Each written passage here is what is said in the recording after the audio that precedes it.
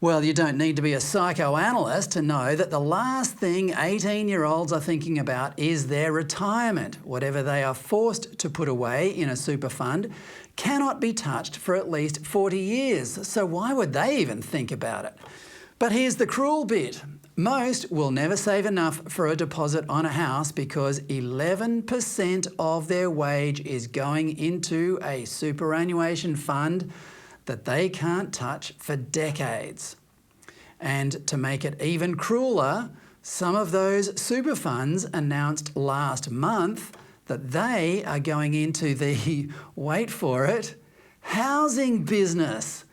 The government is forcing young people to deposit their hard-earned money into retirement funds, which prevents them from saving for a home, and those retirement funds are now building homes to fix the, quote, housing affordability crisis. Having a house is so important, and for me personally as well, and I know for a lot of people, it is really hard in this economy with prices being so high that if we have such a large amount of money just put aside that we can't access, it just makes it that much harder.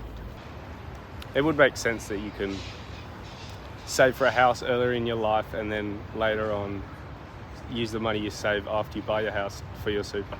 I think that makes sense.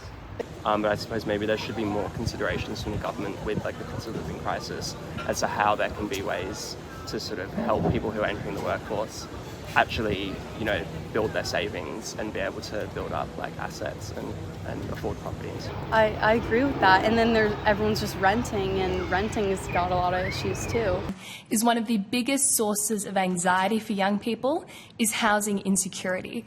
Being trapped in a rental cycle where a bigger and bigger proportion of your income is going towards paying rent instead of paying down a mortgage. Home ownership has been a birthright for Australians for generations.